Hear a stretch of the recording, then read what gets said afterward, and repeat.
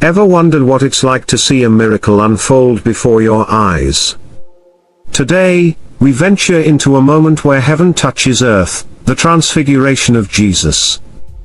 Picture this: the very figures of Moses and Elijah return to converse with Christ atop a mountain. What did they discuss? What does this mean for us today? Stay with us as we unravel one of the Bible's most mysterious events. If you're intrigued by what you hear, hit like, subscribe, and join Decode Vale in uncovering more divine mysteries. Ready to see the unseen? Let's dive in. The Transfiguration of Jesus. Here, Christ reveals his divine glory, not in a grand temple, but near Caesarea Philippi, amidst ruins dedicated to earthly powers. This setting is no coincidence. It serves as a stark canvas, highlighting a profound truth about his identity and mission. This revelation comes after Jesus shares his true nature with his disciples. He is the Messiah, the Son of the living God. What unfolds on that mountain is a pivotal confirmation. Jesus is the fulcrum of faith, bridging the old and the new. Join us as we delve deeper into this transformative moment that not only shaped the disciples' understanding but continues to echo through ages. Jesus' identity and mission. In a world hungry for truth, Jesus turns to his disciples with a question that cuts to the heart of belief: who do people say the Son of Man is? Their answers, as varied as the people themselves, mirror the whispers of the crowd. Some say John the Baptist, others Elijah, or even Jeremiah returned. These responses reveal not just public opinion but a mosaic of messianic expectations, each echoing a piece of the prophetic puzzle. Amid this chorus of conjectures, it is Peter who steps forward with a declaration that pierces the mundane: "You are the Messiah, the Son of the living God." This confession, bold and unhesitant, resonates with a deeper truth, one not gleaned from common talk but whispered by the divine. Jesus acknowledges this not as a mere human insight but as a revelation from heaven itself, a sacred truth revealed to Peter by none other than his Father. Jesus' response to Peter is more than affirmation, it's a foundational moment for the future church.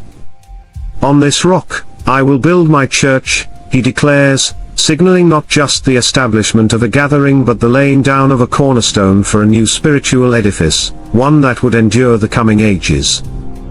This conversation, set against the backdrop of earthly temples and divine proclamations, not only underscores Jesus' identity but also his mission. It firmly establishes him not just as a figure of transient importance, but as the eternal pivot around which the saga of salvation turns. Here, at this critical juncture, Jesus begins to unfold the blueprint of his mission further. He starts to speak openly of the path that lies ahead, his suffering, death, and resurrection. This foretelling is not to instill fear but to prepare his followers for the inevitable, to solidify their understanding that his journey is not towards earthly power, but towards a sacrificial culmination on a cross. Through these revelations, Jesus not only cements his role as the Messiah but also challenges his disciples to grasp the profound, often paradoxical nature of divine victory through apparent defeat. In these moments, the mission of Jesus is laid bare, not wrapped in enigma but clear, demanding not just belief but profound transformation from all who would follow him. This mission, encapsulated within questions and confessions on a dusty road, is what would echo through the annals of history, a call to see beyond the temporal to the eternal, beyond the human to the divine. Foretelling Jesus' suffering and mission. In the clear, unyielding light of day, amidst the dusty trails that crisscross the lands of prophecy, Jesus begins to sketch a stark outline of what must come to pass. His words, simple yet laden with an immutable destiny, speak of suffering, of a death ordained, and a resurrection that promises to shatter the very foundations of mortality. This is no tale of defeat, but a blueprint of salvation, a necessary passage through darkness to reach a transcendent light. As Jesus articulates the inevitability of his passion, the disciples listen, their hearts heavy with confusion and dread. They struggle to reconcile the vision of their Messiah with the path of suffering he describes. Yet, this foretelling is essential, for it lays the groundwork for all that he aims to accomplish, not merely to heal the body and preach to the lost but to offer himself as a ransom for many, a bridge back to the divine. This prediction of his passion is intrinsically linked to the forthcoming Transfiguration, an event that will soon paint his words not as mere rhetoric but as a divine promise. The Transfiguration is not just a display of celestial glory, it is a profound affirmation of his mission. As Jesus stands glorified, flanked by the prophets of old, Moses and Elijah, the scene transcends time and cements his role in a divine narrative long foretold. Here, enveloped in divine light, Jesus is shown not only as the suffering servant but as the glorified Son, the living bridge between the law, the prophets, and the fulfillment of the covenant. This dual revelation, of suffering and glory, underscores the theological significance of Jesus' mission. It is a narrative of paradoxes, where glory is reached through suffering, and resurrection comes through crucifixion. As the disciples witness the radiance of his transfigured form, they are given a glimpse of the resurrection glory, offering them a foretaste of the kingdom to come, and fortifying them for the trials they will face. This moment serves as a pivotal junction where divine prophecy and human history converge, where the ephemeral touches the eternal, reaffirming the truth that in his suffering lies the ultimate victory, and in his resurrection, the promise of salvation for all. The Transfiguration event. High upon an unnamed mountain, shrouded more in mystery than mist, a transformation unfolds, dramatic and divine. Jesus, familiar in form but unfathomable in essence, stands before Peter, James, and John. The air, crisp and thin, becomes a witness to a celestial metamorphosis. His face, the one they have come to know through journeys shared and lessons learned, now shines like the sun in its noonday strength. His clothes, simple garments fitting a humble teacher, turn a dazzling white, radiating a light so pure, so fierce, that no earthly fuller could conceive of its brilliance. This moment, suspended between the earthly and the heavenly, is a profound revelation of Jesus' divine nature. Here, before these chosen disciples, the human visage of Jesus is momentarily peeled back to reveal the glory that is inherently his. This is not the glory that comes with earthly power or with the crowns of men.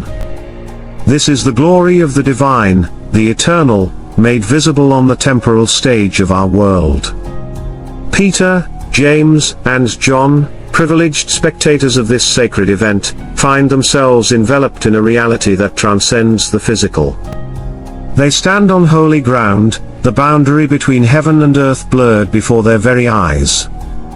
The sight of Jesus, transfigured in this divine glory, etches into their minds a truth that surpasses the teachings they have heard and the miracles they have witnessed. It is a visible assurance of his messianic identity, and his ultimate glorification. This event, marked by its heavenly tranquility and earth-shaking implications, does more than merely dazzle the senses. It instills in the disciples a deeper understanding of who Jesus is. The Transfiguration serves as a divine endorsement of all he has promised and all he will fulfill. In this moment of divine glory, the path that lies ahead, a path marred by suffering and sacrifice, gains a new dimension of certainty and necessity. The disciples, though soon to descend back into the valley where challenges await, carry with them a vision of glory that will illuminate the darkest of times, a beacon of divine nature and eternal promise. Moses and Elijah's appearance. On the mountain where heaven and earth meld, Moses and Elijah emerge, stepping from the folds of history into the present, their appearance as sudden as it is profound. Moses, the lawgiver, and Elijah, the prophet, each stands as a pillar of the Old Testament, embodying the law and the prophets which have guided a nation through centuries. Their presence alongside Jesus is no mere spectacle, it is a symbol dense with divine intention.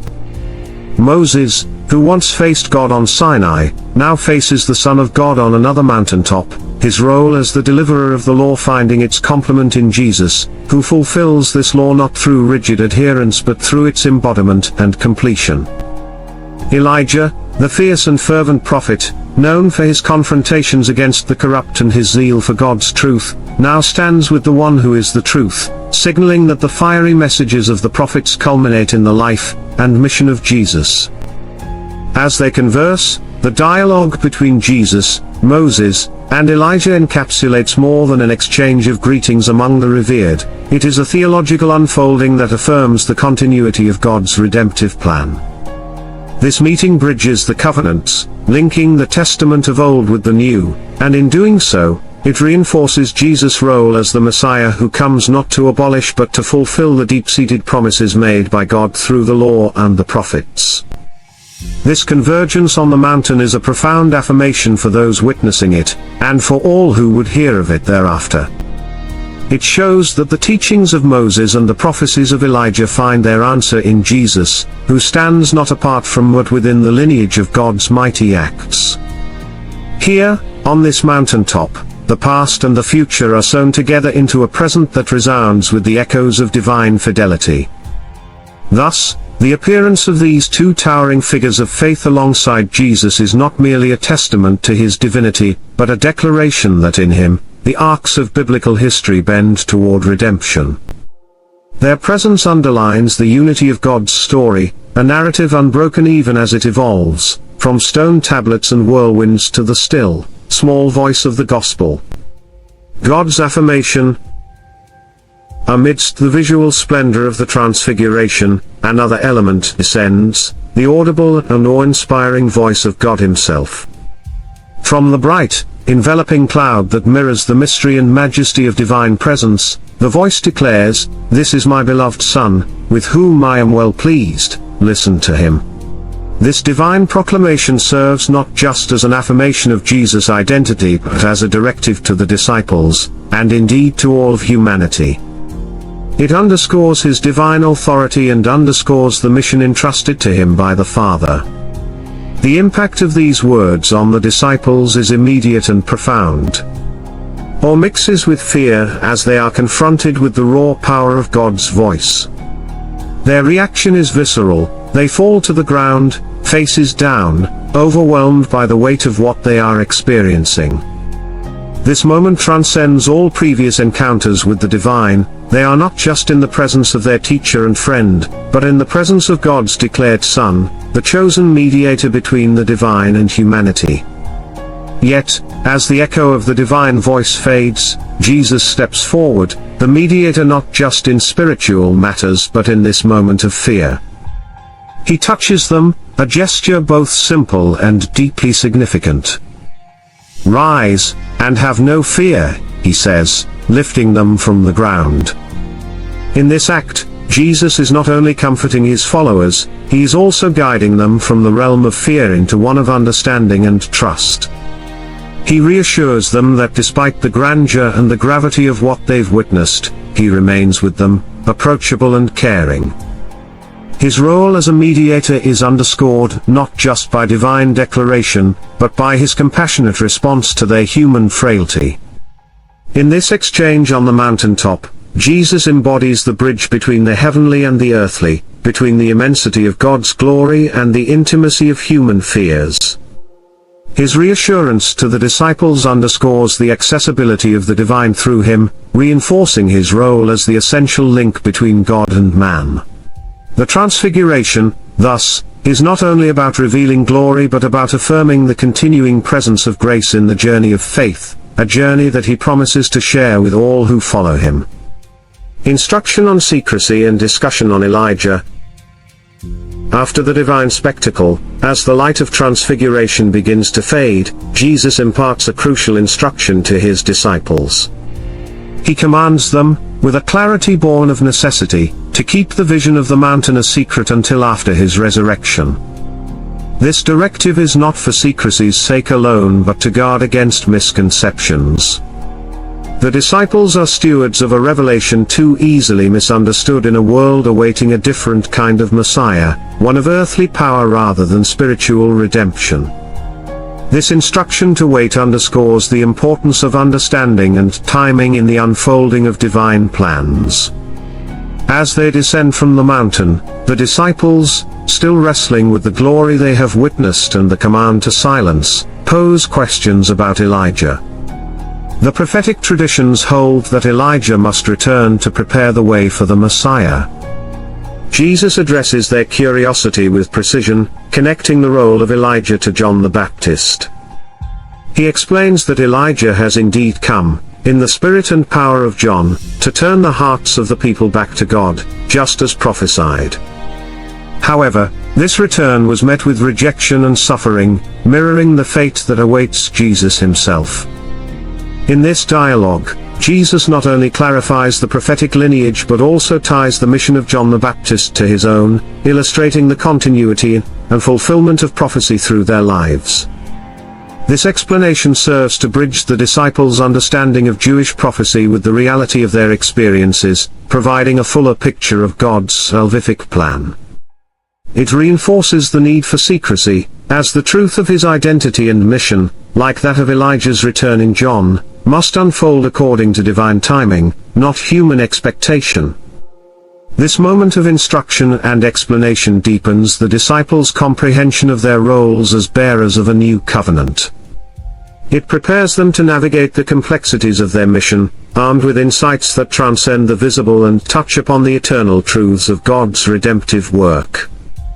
Through Jesus' guidance, they learn the value of patience and the significance of revelation, tasked with carrying a message whose full meaning will only be revealed in the light of the resurrection. The spiritual and theological significance. In the shadow of the mountain, the Transfiguration stands as a profound testament to the fulfillment of the law and the prophets through Jesus Christ. It is not merely a moment of awe but a confirmation of his divine mission, weaving together the threads of ancient scriptures into the fabric of his ministry.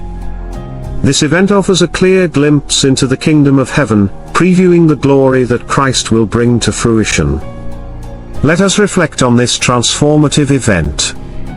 Consider its deep implications on our understanding of Jesus' identity, his divine authority, and his ultimate purpose. How does this revelation impact our faith and our walk with God? How do we see the divine interplay between prophecy and fulfillment in our own lives? As we close, I invite you to delve deeper into the mysteries revealed on that mountain. Subscribe to Decode Vale for more explorations into the profound narratives of faith.